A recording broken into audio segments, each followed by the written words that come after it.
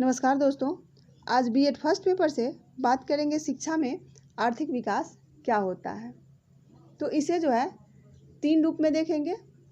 पहला जो है शुद्ध राष्ट्रीय आय यानी कि NNI, नेट नेशनल इनकम। किसी निश्चित समय अवधि में किसी राष्ट्र की शुद्ध राष्ट्रीय आय राष्ट्र की आर्थिक प्रगति कहलाती है।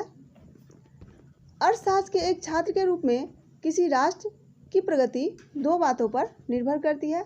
प्रथम जो है राष्ट्र के पास उपलब्ध प्राकृतिक साधन किस मात्रा में है तथा उन साधनों का जो है दोहन करने के लिए कितना तथा कैसा श्रम उपलब्ध है। जो राष्ट्र कुशल तथा पर्याप्त श्रम के माध्यम से प्राकृतिक साधनों का अधिकतम उपयोग करते हैं वे ही आर्थिक प्रगति कर सकते हैं। प्राकृतिक साधनों का सर्वाधिक उपयोग तथा दोहन किस प्रकार से किया जाए, केवल शिक्षा ही श्रमिकों को यह कुशलता प्रदान करती है।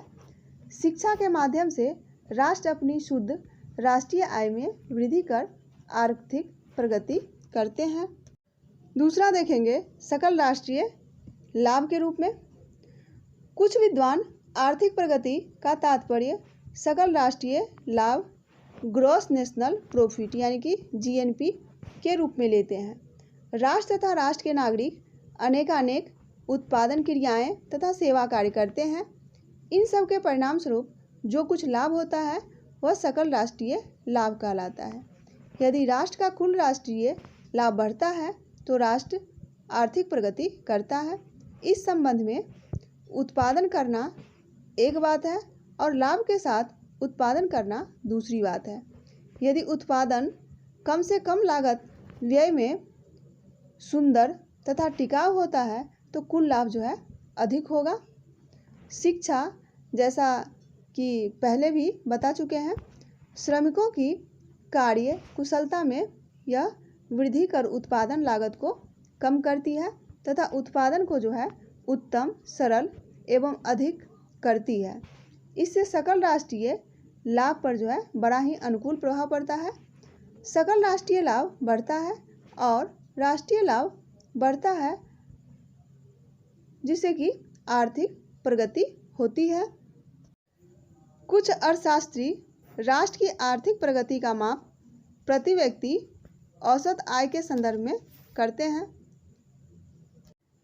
इनके अनुसार यदि देश में औसत रूप में प्रति व्यक्ति आय में वृद्धि होती है तो इसका तात्पर्य है कि देश की आर्थिक वृद्धि हुई है। शिक्षा के द्वारा, जैसा कि ऊपर बता चुकी हूँ, प्रति व्यक्ति औसत लाभ में वृद्धि होती है। शिक्षा व्यक्ति को न केवल उत्पादन करना ही सिखाती है बल्कि यह समुचित रूप से उपभोग करना भी सिखाती है। उत्पादन तथा उपभोग के नवीन सिद्धांतों तथा नियमों का पालन करते हुए वह अपनी आय में वृद्धि करता है। इससे संपूर्ण समाज तथा राष्ट्र की आय में वृद्धि होती है और यही आर्थिक प्रगति है। शिक्षा प्रति व्यक्ति औसत आय के संदर्भ में राष्ट्र की आर्थिक प्रगति का एक महत्वपूर्ण साधन है। इस प्रकार से शिक्षा आर्थिक विकास में जो है महत्वपूर्ण भूमिका निभाते हैं। तो ये था शिक्षा में आर्थिक विकास। धन्यवाद। आपने अगर मेरे चैनल को सब्सक्राइब नहीं किया, सब्सक्राइब करें। सब्सक्राइब करने से आपको जो है नए टॉपिक मिलेंगे सबसे पहले। और हाँ, वीडियो को लाइक करना ना भूलें। धन्यवाद।